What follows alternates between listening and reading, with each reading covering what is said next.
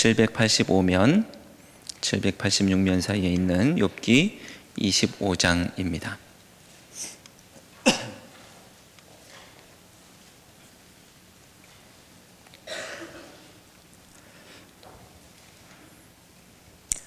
욥기 25장 1절부터 6절까지의 말씀,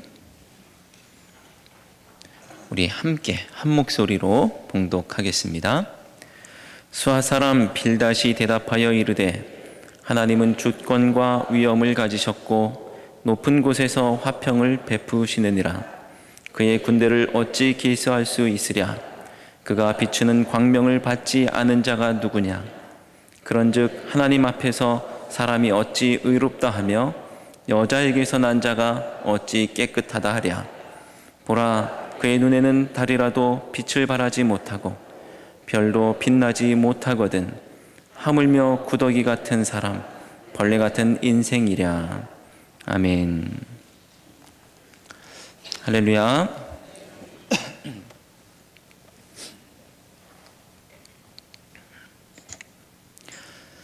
몇 달 전인가요? 작년인지 재작년인지 기억이 가물가물합니다만 서울에서 혼인인식이 있어가지고 서울로 갔다 왔던 적이 있습니다. 근데 제 앞에 예식장에서 그 안에서 제 앞에 어떤 누가 이렇게 지나가는데 그냥 너무 평범한 여성이라서 대수롭지 않게 그냥 그렇게 봤어요. 나중에 알고 보니까 누군가 했더니 가수더라고요. 가수. 여성 가수 듀엣인가 모르겠어요. 다비치라고. 그 중에 한 명 강민경이라고 연예인이 이렇게 지나가더라고요. 제가 스쳐 지나갈 수 있었는데 피했습니다. 너무 평범해가지고 그냥 누가 지나갔나 보다 그렇게 했는데 축가부로 나왔어요. 그래서 내 앞에 지나갔던 그 여성이 저 가수구나 그렇게 생각을 했습니다. 자, 그런데 보니까 우리 교회 청년들이 더 예뻐요. 그리고 우리 교회 집사님들이 훨씬 예쁩니다. 할렐루야. 스스로 동의를 해주셔야 됩니다. 자, 저는 그럴 일이 없지만 일부 남성들은 자신의 아내와 그리고 자신의 여자친구의 외모에 대해서 만족하지 못하는 경우가 있습니다. 왜 그런가 봤더니 그냥 그 여인 자체로 그렇게 보는 것이 아니고 꼭 누구랑 비교하면서 다른 사람하고 비교하면서 보니까 왠지 못마땅한 거예요.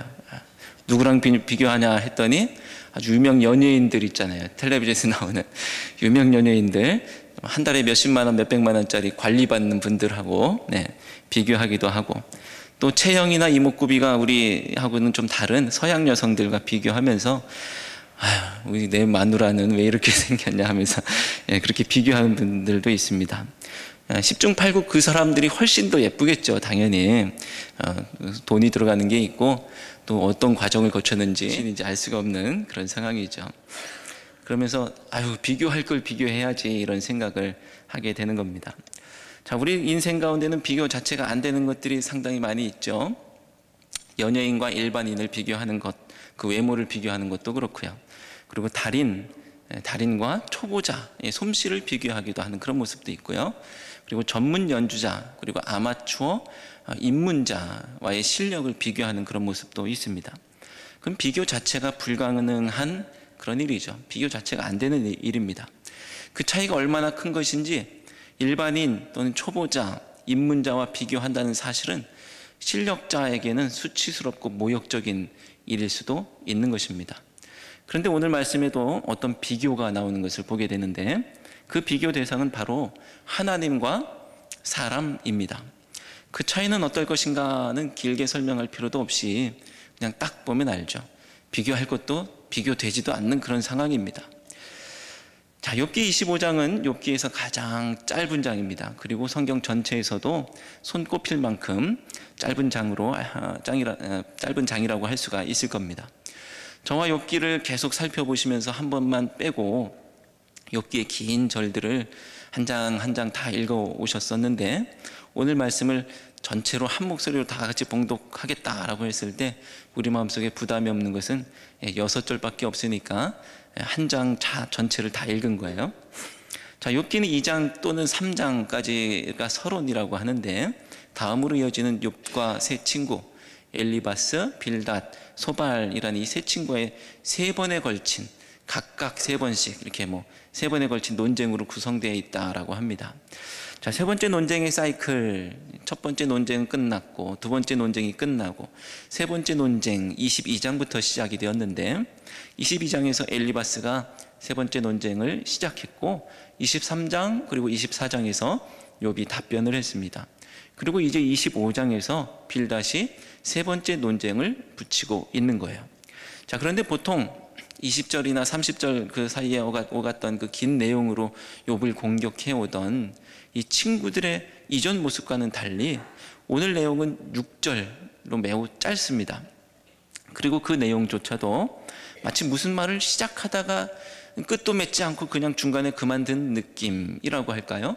서론은 있는데 본론도 없고 결론도 없는 것 같은 느낌이 오늘 25장 가운데 있는 것이죠.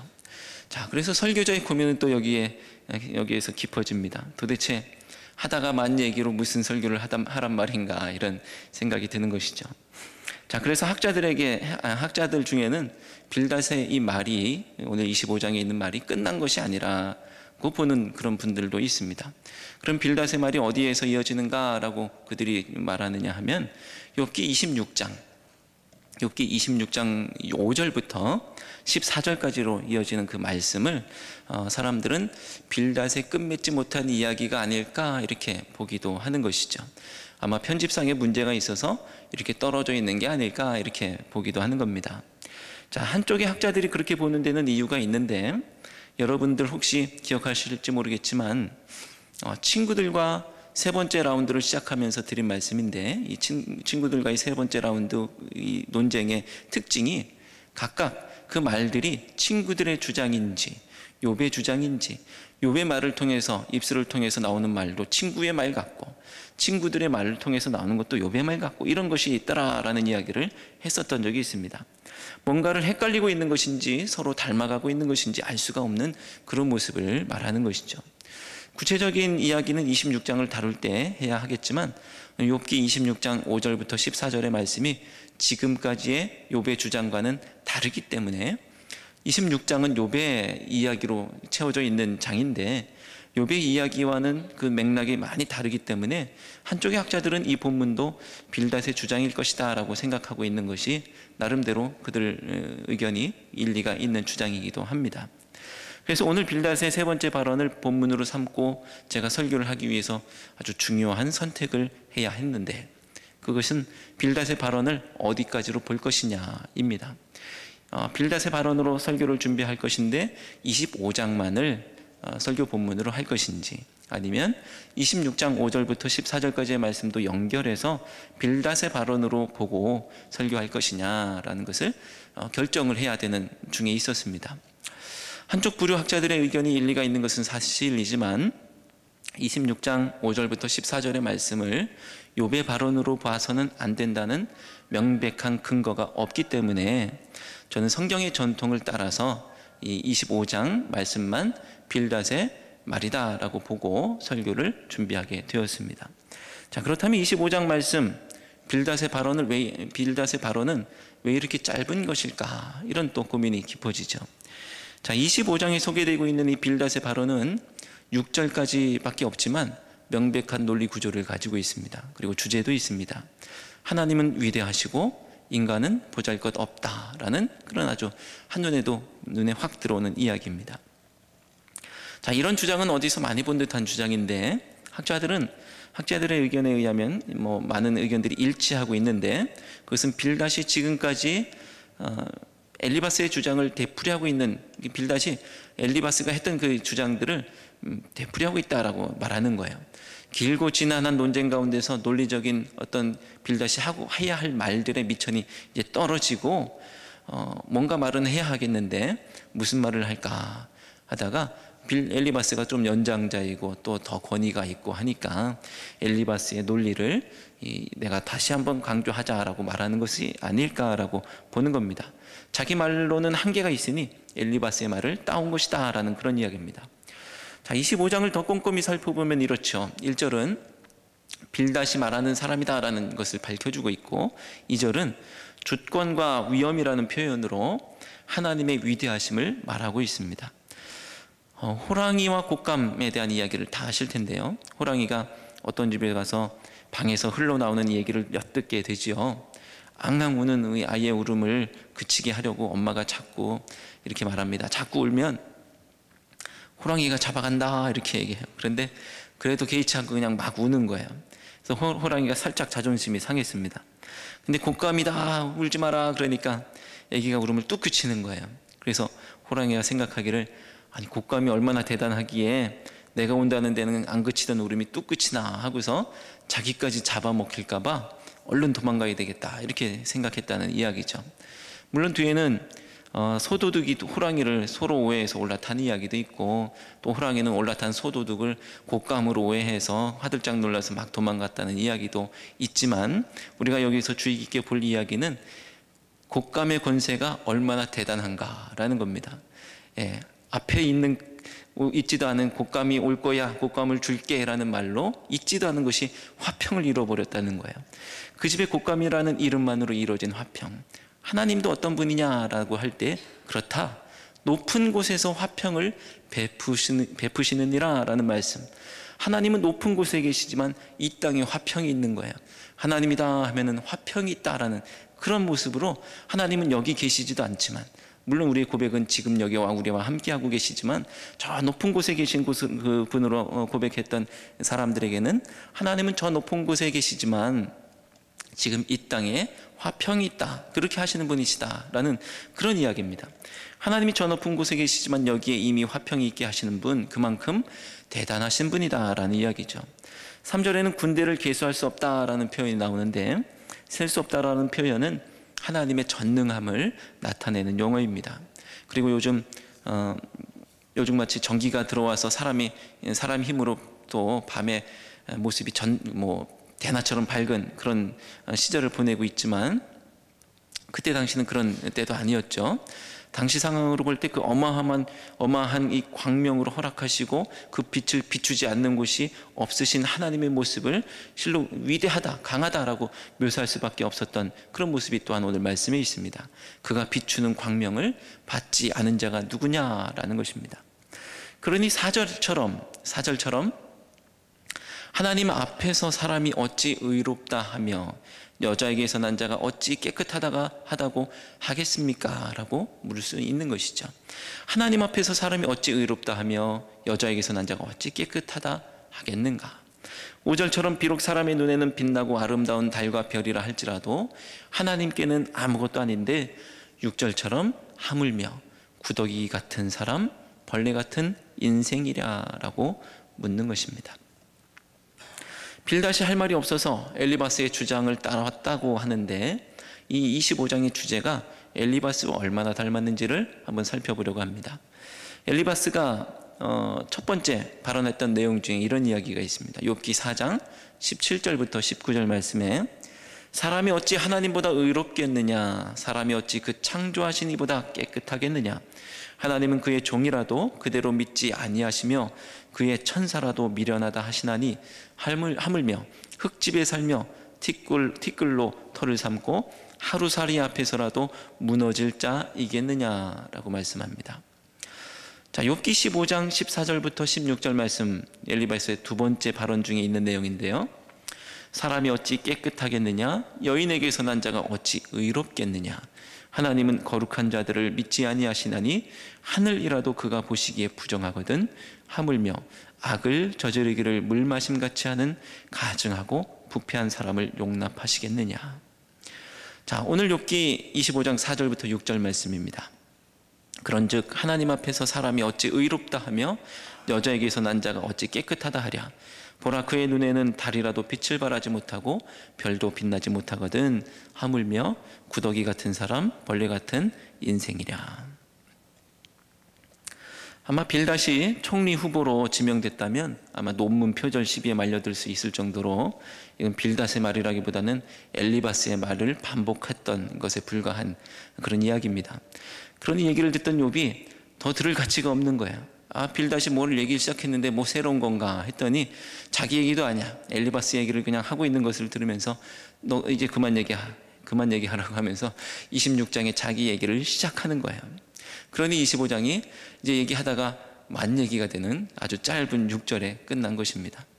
어쨌거나 6절까지의 오늘 말씀은 바로 하나님의 위대하심에 비춰서 보잘것없는 이 인간을 드러내고 있는 것이고, 결국 빌닷은 욥을 향해서 자신의 죄와 더러움을 인정하라는 것입니다. 그러면서 한다는 말이 구더기 같은 사람, 벌레 같은 인생입니다. 구더기, 벌레, 하나님과 비교하면 고개를 들 수 있는 사람이 어디 있겠습니까? 하지만 이 말, 구더기, 벌레, 이런 얘기는 내가 나를 향해서 하는 말이지 결코 내가 타인을 향해서, 타인이 나를 향해서 할 말은 아닌 것입니다. 물론 이 주제는 아주 중요한 주제입니다. 하나님이 크심을 알고 나의 작음을 알고 그렇게 하나님 앞에 무릎 꿇는 것은 기독교 신앙의 기본 중에 기본입니다. 거기서부터 시작하는 것이죠. 하지만 이것은 다른 사람을 정죄하라고 있는 교리가 아니죠. 다른 사람을 깔아뭉개라고 있는 교리도 아닙니다.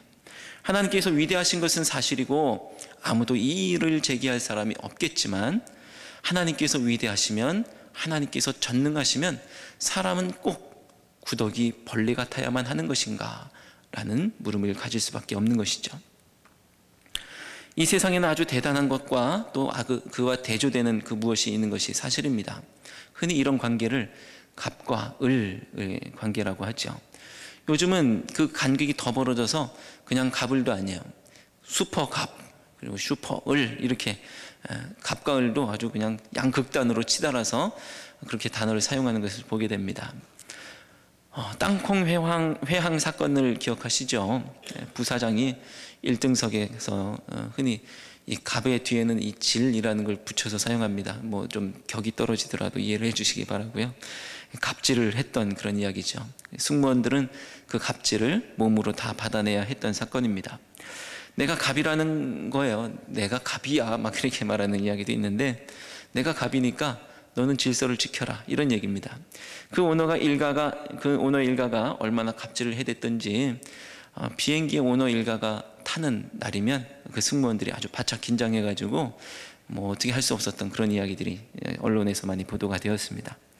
돈이 많아서 그런지 자기가 위대하고 대단하다라고 생각해서인지 승무원들을 보기를 마치 구더기, 벌레로 여겼던 것이죠. 을은 벌레만도 못한 것인가? 갑이 을을 대하는 태도는 꼭 그래야만 하는 것일까라는 물음표를 가질 수밖에 없습니다. 열정페이라는 말을 또 들어보셨을 겁니다. 을을 착취하는 갑의 행동을 정당화하는 그럴싸한 단어입니다. 젊은이들이 정신이 썩어가지고 돈만 밝히고 그러지 말고 열정을 다해서 돈 못 벌어도 돈 못 받아도 네 꿈을 위해서 그냥 희생하고 섬겨보고 뭐 그렇게 해라, 도전해봐라, 그런 이야기인데, 말은 그럴싸하게 들리는데 왠지 좀 이상합니다. 보수가 적더라도 열정을 다해서 일하라는 단어는 착취의 다른 단어 뜻이죠. 최근에 유명 디자이너의 견습생과 인턴의 월급이 밝혀지면서 논란이 되었었는데, 견습생은 야근을 포함해서 10만 원, 월급여이죠. 월급여 10만 원. 인턴은 월 30만 원. 열정페이는 말 그대로 착취라는 이름의 다른 이름일 뿐입니다. 자, 일일이 열거하지 않았지만 이 외에도 상상할 수 없는, 상상을 초월하는 일들이 많이 있습니다. 우리의 상상을 초월하는 권력, 그냥 권력이 아니고요, 상상을 초월하는 권력, 그런 권력을 가지고 있는 사람도 있고, 상상을 초월하는 한 부를 가지고 있는 사람도 있고, 명예를 가지고 있는 사람들도 있습니다. 그중 일부는 그들의 눈에 그저 구더기와 벌레처럼 보이는 이 사회의 가장 나약한 계층을 향해서 사랑과 관심과 연민이 아니라 멸시와 천대, 증오와 핍박으로 화답하기도 하죠. 그래서 밟히고 찢긴 이 땅의 약자들이 울부짖으며 고통과 아픔을 호소하는 것입니다. 굴뚝 위에서, 옥상에서, 또 길 위에서 칼바람을 맞으며 이건 아니라고 호소하고 있는 그 울음소리가 있는 것이죠. 출애굽기에서는 요셉을 모르는 바로가 일어나서 이스라엘 백성들 위에 감독들을 세우고 이스라엘 백성들에게 무거운 짐을 지우고 학대하는 이야기가 나옵니다. 나아가서 태어나는 남자아이들을 죽이는 악행까지 저지릅니다. 이스라엘 백성은 고된 노동과 학대와 짓밟음 앞에 단식하며 부르짖을 수밖에 없었고, 그 부르짖는 소리가 하나님께 상달되었다라고 합니다.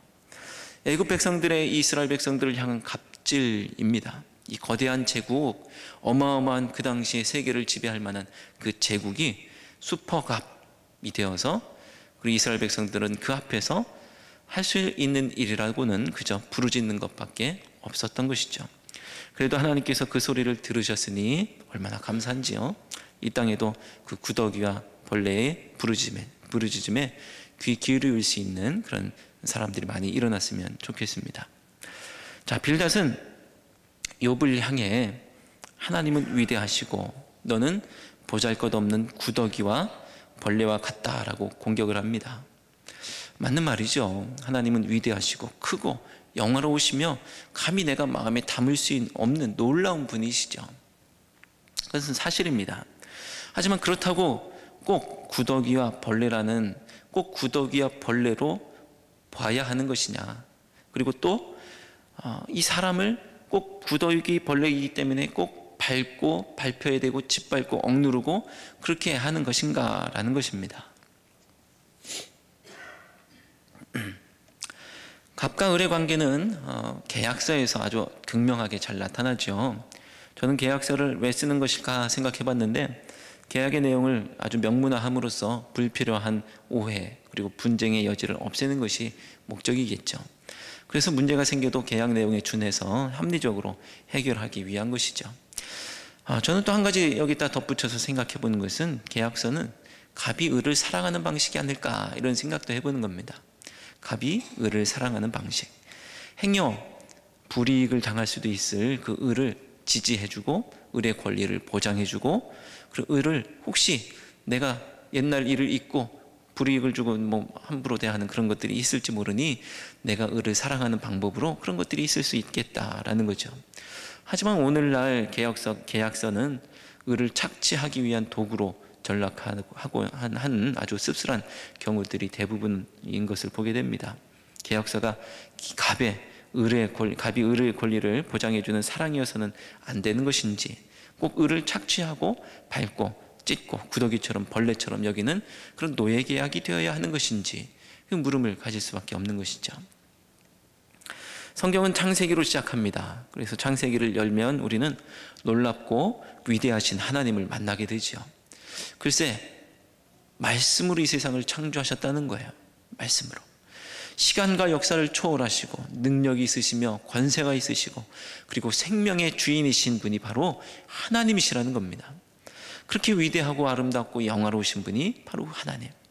근데 그 하나님께서 인간을 구더기처럼 벌레처럼 여기셨나? 그렇지가 않다는 거예요. 하나님은 나약한 인간을 바라보시며 하나님의 형상이라고 하시고 보시기에 좋았다라고 말씀하셨습니다. 자녀를 출산하면 사실 그 아이가 얼마나 못생기고 보잘것없는지 아주 연약하죠. 하지만 우리도 그 존재를 짓밟아야 할 대상으로 여기지 않습니다. 돌보고 더욱 사랑해야 할 존재로 여기죠. 그리고 연신 아이고 귀엽다, 예쁘다, 아름답다 그렇게 감탄하며 바라볼 뿐입니다. 마태복음 12장 20절 말씀입니다. 상한 갈대를 꺾지 아니하며 꺼져가는 심지를 끄지 아니하기를 심판하여 이길 때까지 하리니. 상한 갈대는 꺾으라고 있는 것이 아니죠.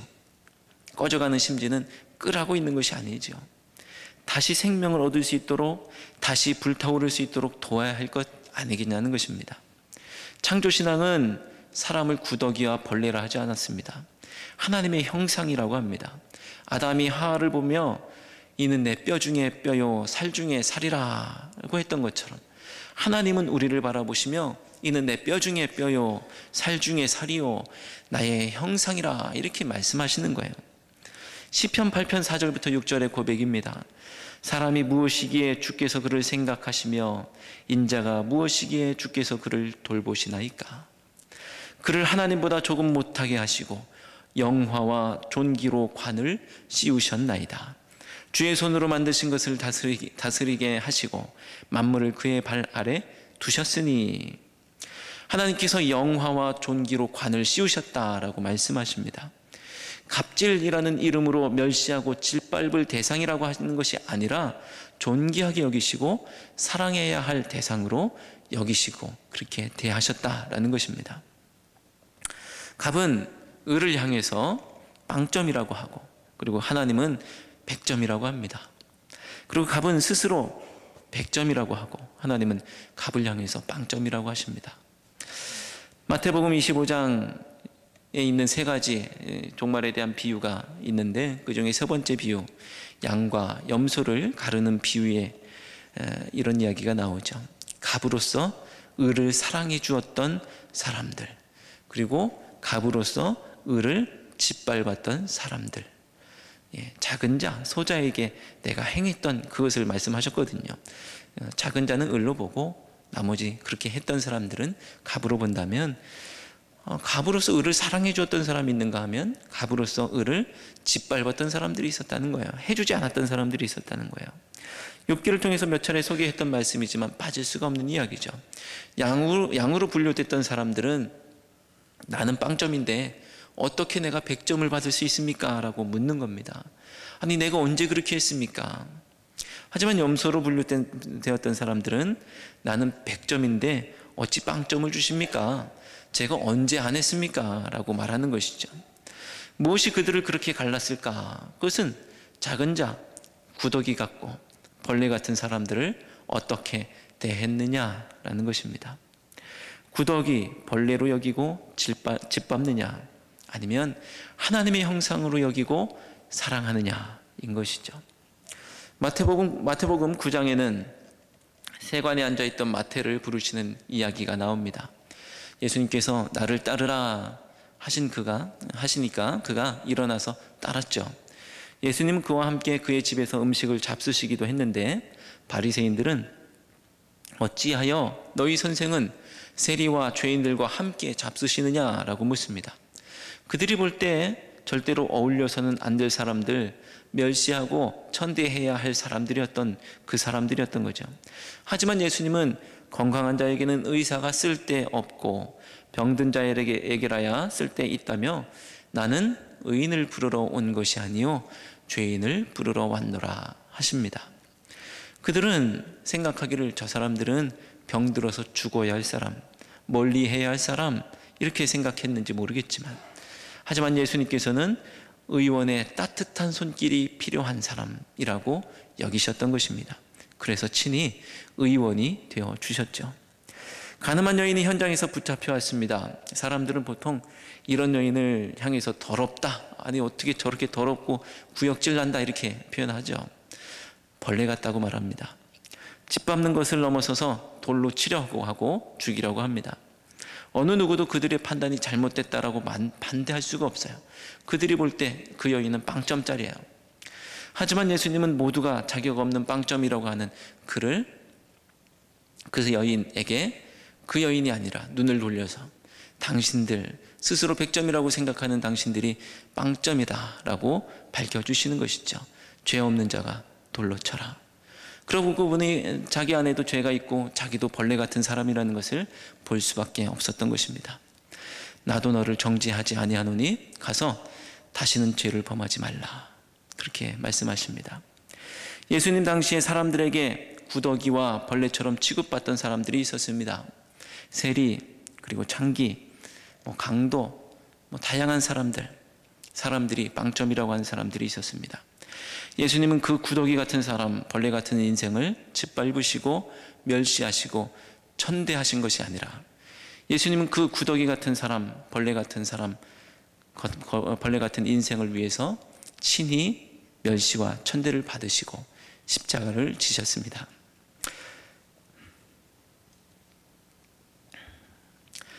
자, 왜냐하면 그들 속에서 그들이 회복해야 할 하나님의 형상을 보았기 때문입니다. 사람들은 그들을 향해서 빵점이라고 하지만 오히려 예수님께서는 100점이라고 하시며 너 참 아름답다 라고 말씀하십니다. 그에게 은혜가 필요함을 보시고 그 은혜의 길을 걸어가셨던 것입니다. 사랑하는 성도 여러분, 내가 볼 때 빵점짜리 인생이 있습니까? 구더기 같은 사람, 또 벌레 같은 인생이 있습니까?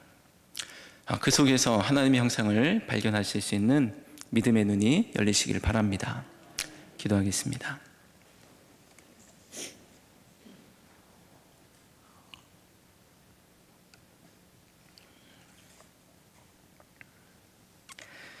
영화롭고 위대하신 하나님, 존귀와 위엄을 주께 돌립니다.